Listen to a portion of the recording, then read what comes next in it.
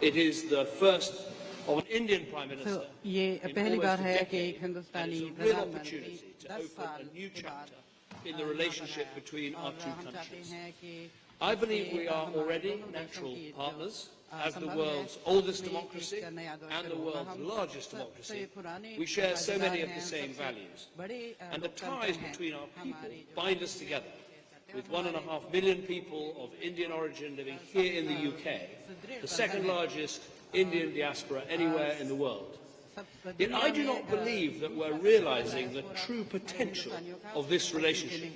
And that is what Prime Minister Modi and I want to change. We want to forge a more ambitious, modern partnership, harnessing our strengths and working together for the long term to help shape our fortunes at home and abroad in the 21st century. As leaders, we share similar priorities to create jobs and opportunities for all, to protect our people from terrorism, and to tackle global challenges like climate change. And it makes sense to work together on these issues. So today we've discussed how to build a stronger economic partnership, a stronger defence partnership, and a stronger global partnership. And let me say a word about each. First, our economic partnership. Britain is the biggest major investor in India, bigger than the USA. British businesses already support nearly 700,000 jobs in India.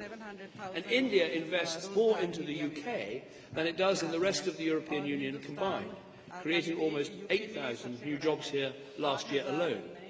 And during this visit, British and Indian companies are announcing new collaborations, together worth more than £9 billion. But I think there's scope to go much further.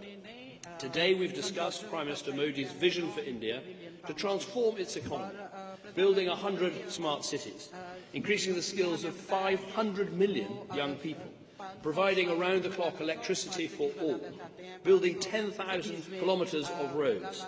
These are immense projects, and we've talked about how Britain can help to transform this vision into a reality. We want to become your #1 partner for securing the finance needed for this ambitious plan, making London the world's centre for offshore rupee trading. We're getting that started with plans already in place today to issue over £1 billion of bonds right here in London, including the first ever government-backed rupee-denominated bond to be issued internationally.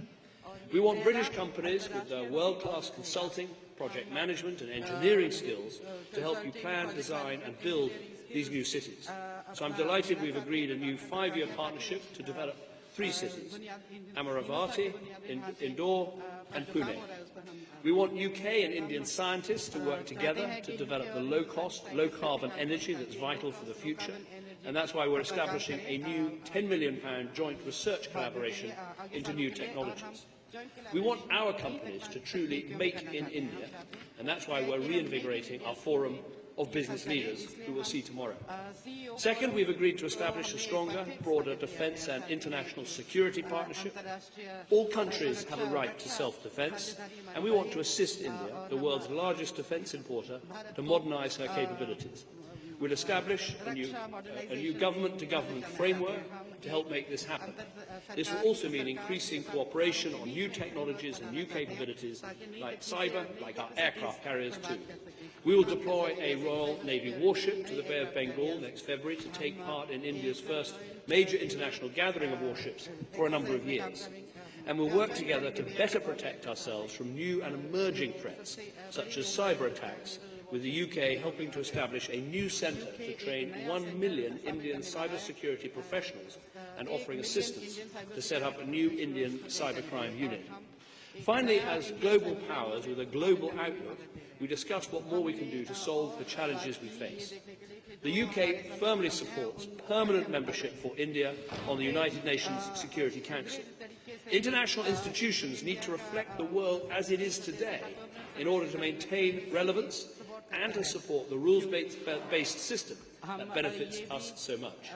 Today we agreed on the vital importance of securing an ambitious global deal in Paris later this year that keeps our goal of limiting global warming by 2050 to 2 degrees within reach.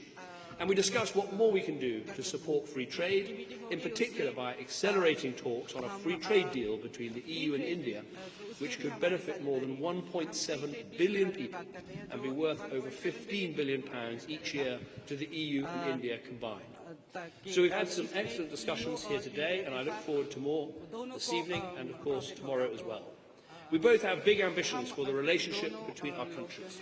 We want a modern, essential partnership, founded on old ties, but defined and fuelled by the modern, diverse, dynamic countries that we are both today. Thank you. Prime Minister Modi. Thank you, Pradhanmantri ji.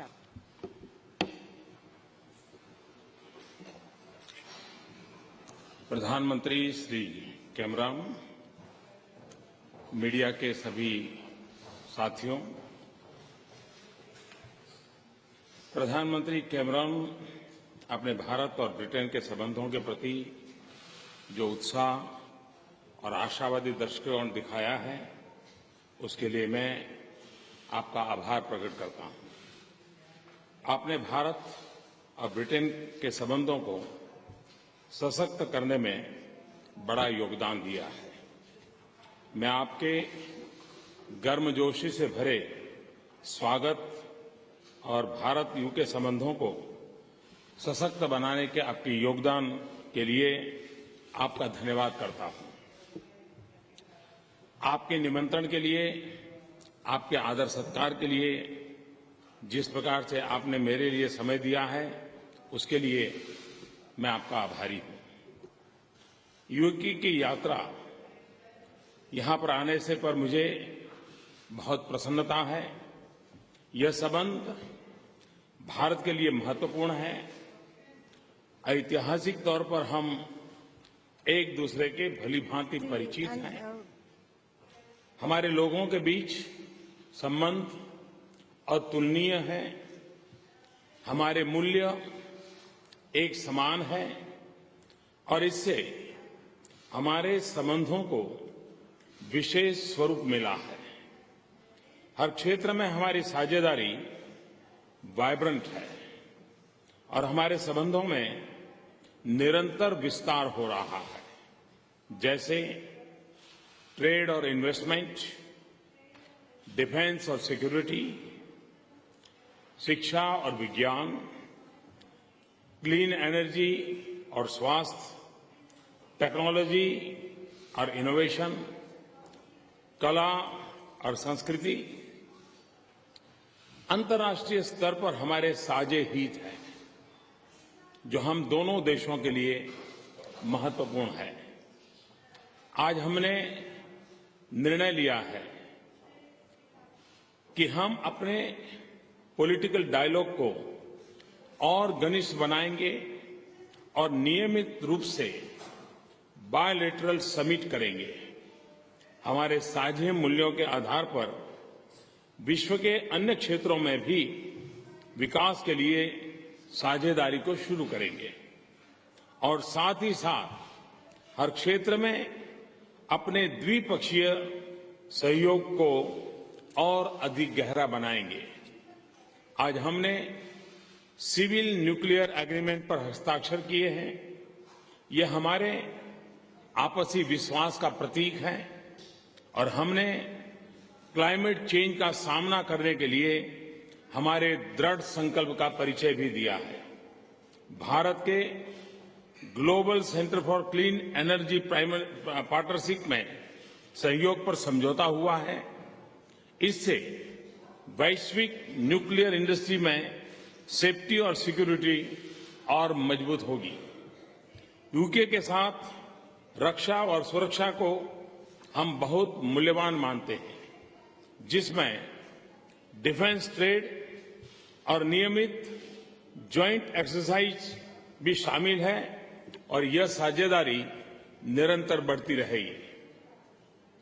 मुझे बहुत प्रसन्नता है कि फरवरी 2016 में भारत में होने वाली international fleet review में यूके भी शामिल होगा। भारत डिफेंस के आधुनिकीकरण पर बल दे रहा है और इसके लिए हम डिफेंस मैन्युफैक्चरिंग को मेक इंडिया के मिशन में प्राथमिकता दे रहे हैं। मेरा विश्वास है कि यूके हमारे इस मिशन में एक महत्वपूर्ण साझेदार होगा। इकोनॉमिक पार्टनरशिप हमारे संबंधों का एक अहम और मजबूत स्तंभ है। मेरा विश्वास है कि ये संबंध आने वाले समय में बड़ी तेजी से आगे बढ़ेंगे, क्योंकि भारत में अपार संभावनाएं हैं और ब्रिटेन में आर्थिक क्षमता और सामर्थ्य है। यूके भारत में तीसरा सबसे बड़ा निवेशक है। भारत यूके में जितना निवेश करता है वो बाकी ईयू देशों में निवेश से अधिक है। भारत में यूके के निवेश के प्रस्ताव के लिए हमने भारत में एक फास्ट ट्रैक मैकेनिज्म की व्यवस्था बनाने का निर्णय लिया है। हम इंडिया यूके सीईओ फोरम के पुनर्गठन का स्वागत करते हैं। लंदन के फाइनेंशियल मार्केट का फंड रेज करने के लिए हम और अधिक प्रयोग करने वाले हैं। मेरे लिए प्रसन्नता का विषय है कि हम भारतीय रेल के लिए लंदन में रेलवे रूपी बॉन्ड जारी करने जा रहे हैं। यह एक तरह से स्वाभाविक है कि भारतीय रेल की यात्रा यहीं से शुरू हुई थी। अगले 2 दिनों में हमारे बिजनेस सेक्टर के साथ होने वाली एंगेजमेंट्स का मैं उत्सुकता के साथ इंतजार कर रहा हूं और हम बिजनेस सेक्टर से कई महत्वपूर्ण अनाउंसमेंट्स की अपेक्षा करते हैं।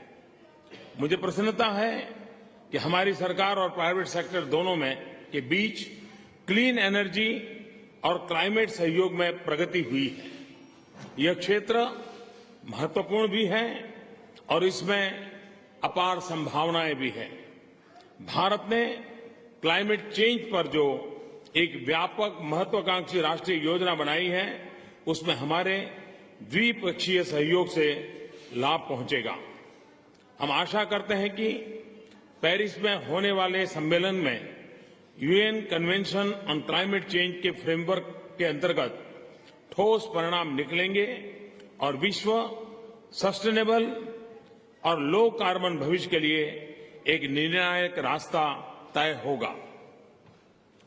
आज कई और क्षेत्रों में ठोस परिणाम निकले हैं जिसका भारत की राष्ट्रीय प्राथमिकता से संबंध है। इनमें स्मार्ट सिटीज, स्वास्थ्य, रिवर क्लीनिंग, स्किल और शिक्षा शामिल है। हम इस बात पर सहमत हैं कि सभी क्षेत्रों में हमारी साझेदारी के लिए टेक्नोलॉजी, रिसर्च और इनोवेशन मजबूत नींव प्रदान करेंगे। हम दोनों देश अपनी इस साझेदारी से जनता के लिए नए अवसर पैदा करेंगे और समृद्धि बढ़ाएंगे। साथ ही साथ साझे हितों को प्राप्त कर पाएंगे और अपनी चुनौतियों का ठीक से सामना कर सकेंगे। जैसे एशिया में शांति और स्थिरता, विशेष करके दक्षिण और पश्चिम एशिया में सामुद्रिक सुरक्षा, साइबर सुरक्षा तथा आतंकवाद और अतिवाद, इन सभी विषयों पर मैं और प्रधानमंत्री कैमरॉन आज और कल चेकर्स में और विस्तार से बात करने वाले हैं। अंत में यूएन सिक्योरिटी काउंसिल में भारत की स्थायी सदस्यता और अंतर्राष्ट्रीय एक्सपोर्ट कंट्रोल रीजन में भारत की सदस्यता के लिए ब्रिटेन के महत्वपूर्ण सामर्थ्य के लिए प्रधानमंत्री कैमरॉन का आभार व्यक्त करना चाहता हूं। आज पार्लियामेंट में संबोधन करने का मुझे सम्मान मिला है। उसके बाद मैं इंडिया यूके बिजनेस समिट को संबोधित करूंगा। इन दोनों अवसरों पर भारत और भारत ब्रिटेन संबंधों पर विस्तार से अपने विचार प्रकट करूंगा। हमारे स्ट्रेटेजिक पार्टनरशिप के लिए आज हमने एक बोल्ड और महत्वाकांक्षी विजन रेखांकित किया है और जो निर्णय हमने आज लिए हैं, यह इस विजन को पाने के हमारे दृढ़ विश्वास और प्रतिबद्धता को दर्शाता है।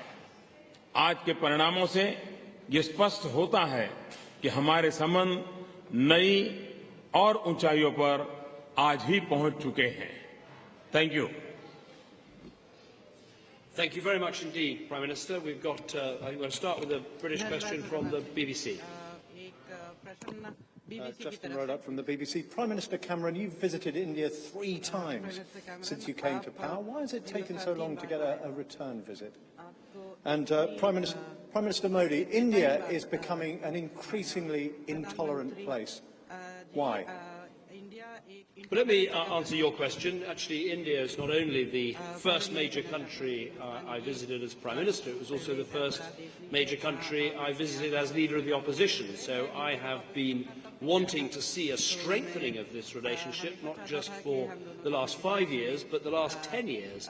And I think we have made some important progress. The figures on investment are very striking. You know, India invests more into Britain than into the whole of the rest of the EU combined. And in terms of G20 countries, Britain is the biggest investor, bigger than America, bigger than France, bigger than Germany, into India. But I think where we agree is that we shouldn't rest on our laurels. We should try and raise our sights and look at these projects like smart cities, like Digital India, like Clean India, where we can bring expertise and really forge a partnership. India soon will be the 3rd largest economy in the world. Britain is the 5th largest economy in the world. We have, I think, real potential. As for the time it takes to have a visit, I'm delighted that the Prime Minister is here. We've met many times before at G20s, most recently in New York, and we agreed to make this visit an absolute centrepiece of building the stronger relationship, which is what we're doing today. Prime Minister.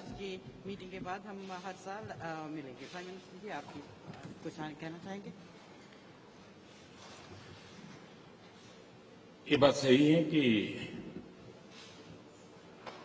एक 10 साल का अंतराल रहा, लेकिन मेरे कार्यकाल में ही पिछले 1 साल में 11 मंत्री भारत से यहाँ आए और 11 मंत्री यहाँ से भारत आए, और इसलिए भारत और ब्रिटेन का जो संबंध है, विकास की जो नई ऊंचाइयों पर जाने का सामूहिक प्रयास है, वो निरंतर चल रहा है। मेरा भी प्रधानमंत्री जी के साथ 2 बार विस्तार से चर्चा करने का मुझे अवसर मिला है और हमारे संबंधों को और अधिक गहरे करने की दिशा में हम काफी यशस्वी रहे हैं। आपने और एक विषय सवाल जो पूछा है, भारत ये बुद्ध की धरती है, भारत ये गांधी की धरती है, और इसलिए हमारे संस्कारों में एक बात हमारी रगों में है कि समाज के मूलभूत मूल्यों के खिलाफ किसी भी बात को भारत स्वीकार नहीं करता है, और इसलिए हिंदुस्तान के किसी भी कोने में कोई भी घटना घटे, भारत के लिए वो घटना 1 हो या 2 हो या 3 हो, 125 करोड़ के देश में एक घटना का महत्व है कि नहीं है, ये हमारे लिए मायना नहीं रखता है। हमारे लिए हर घटना गंभीर होती है, हम इसको किसी भी हालत में टॉलरेट नहीं करते हैं। कानून कठोरता से कार्रवाई करता है और करेगा, और भारत एक वाइब्रेंट डेमोक्रेसी है जो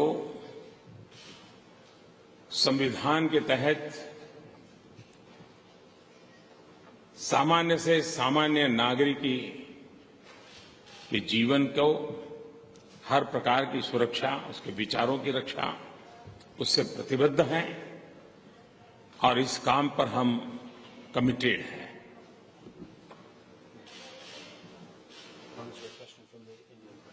ANI? Yeah.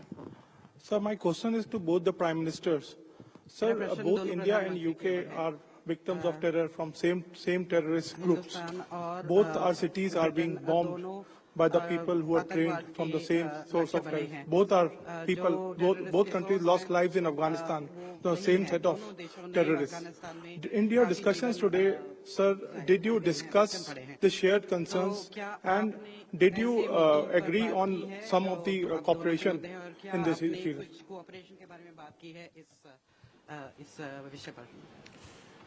धन्यवाद। आतंकवाद के प्रति आपने जो चिंता जताई, ये चिंता मानवतावाद में विश्वास करने वाले हर किसी की चिंता है।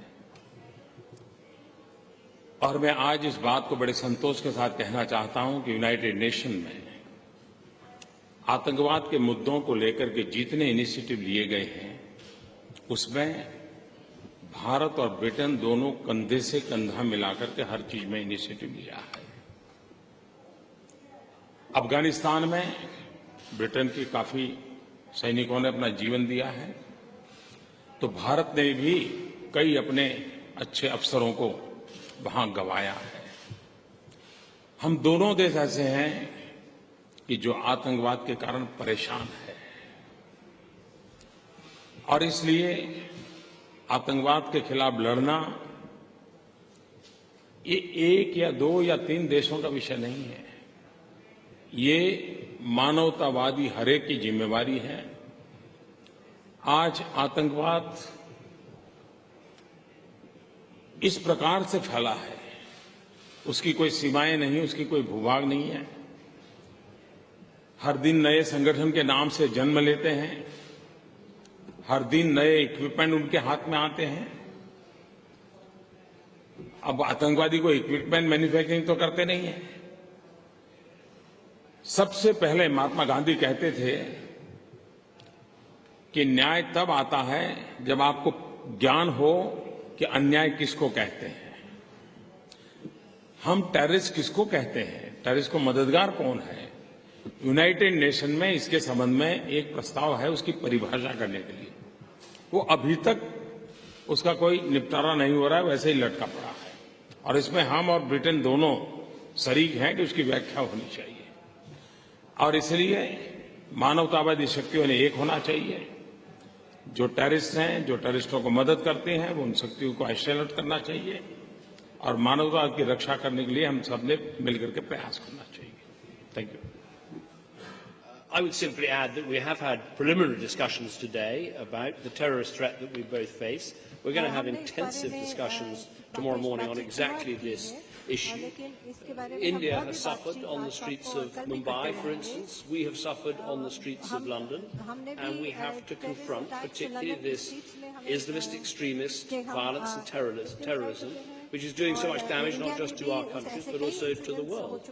The argument I would make is it's not enough simply to close down terrorist groups and close down ungoverned space, which is what our intervention in Afghanistan was about, was to try and make sure that that country was run by a government with the power to keep terrorist groups out of that country.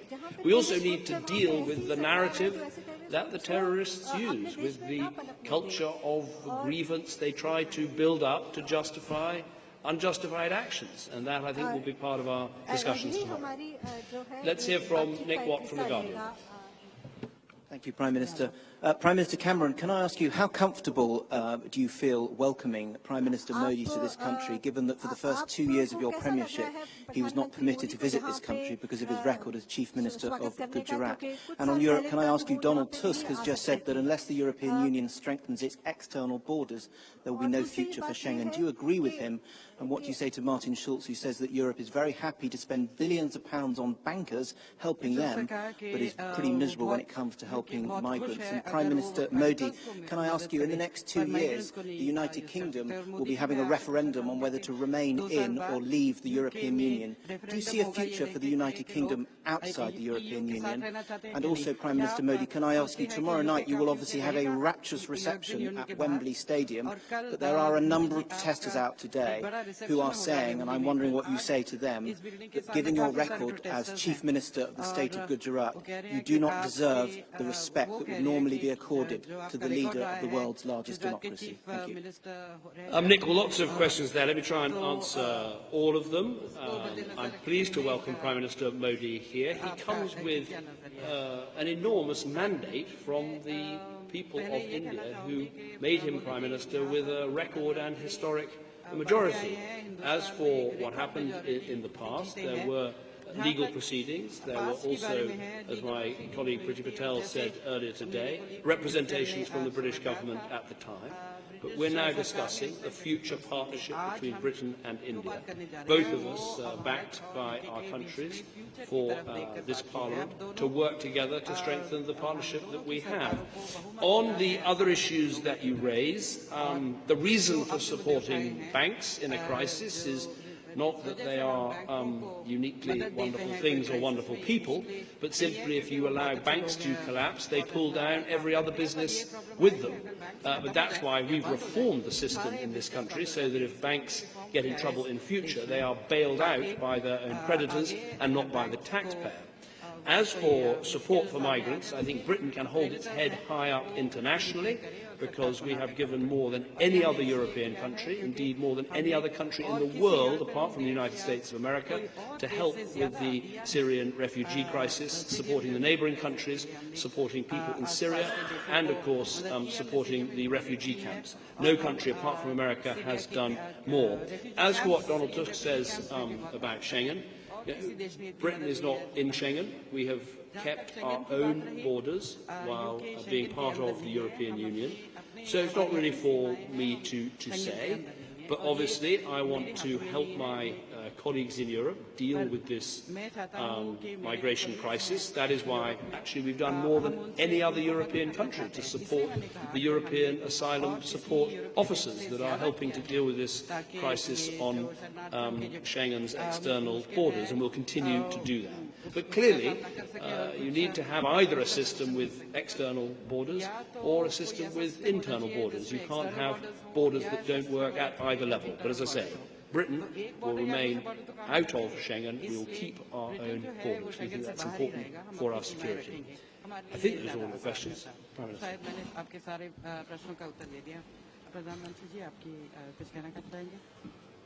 एक तो keep the record straight, इसके लिए मैं आपको जानकारी दूं, मैं 2003 में यहाँ आया था और बहुत ही स्वागत सम्मान मैंने उस समय भी यहाँ कार्यक्रमों में भाग लिया था। यूके ने कभी भी मुझे यहाँ आने पर रोका नहीं है, कभी कोई प्रतिबंध लगाया नहीं है। मेरे समय अभाव के कारण मैं नहीं आ पाया, वो अलग बात है। तो ये एक गलत परसेप्शन है, उसको करेक्ट कर लीजिए। दूसरी बात है कि 2 साल के बाद रेफरेंडम होगा। मैं मानता हूं कि यहाँ के नागरिक बहुत समझदार हैं, मुझे उनको कोई टिप देने की जरूरत नहीं है। लेकिन जहां तक भारत का सवाल है, यूरोपियन यूनियन का हमारा अगर कोई प्रवेश द्वार है तो ब्रिटेन है, और हमारा सबसे आर्थिक कारोबार किसी के साथ है तो ब्रिटेन के साथ है। हम इसी प्रवेश द्वार से यूरोप के बाकी देशों में जा रहे हैं। तो हमारा तो भला यही है कि हम तो ब्रिटेन को हमारा ही प्रवेश द्वार मान करके ही आगे बढ़ना चाहेंगे।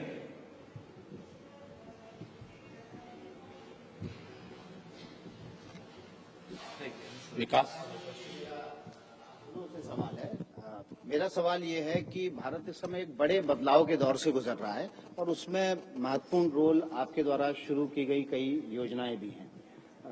मेरा प्रधानमंत्री जी आपसे ये सवाल है कि भारत की आर्थिक परिस्थितियों और सामाजिक परिस्थितियों में आप किस तरह के सहयोग की आशा कर रहे हैं ब्रिटेन से। और मेरा डेविड कैमरन साहब से सवाल है कि भारत और ब्रिटेन के बहुत पुराने और ऐतिहासिक संबंध हैं। आप इन संबंधों को पुनर्परिभाषित करने के लिए किस तरह के नए भूमिका में दिखाई देंगे या किस तरह की नई कोशिशें करेंगे ताकि ये संबंध और प्रगाढ़ हों? देखिए, आप भारत जिस दिशा में प्रगति कर रहा है, प्रगति करना चाहता है, जैसे हमारा एक छोटा सा उदाहरण देता हूं। हमारे यहाँ टेलीडेंसिटी बहुत है,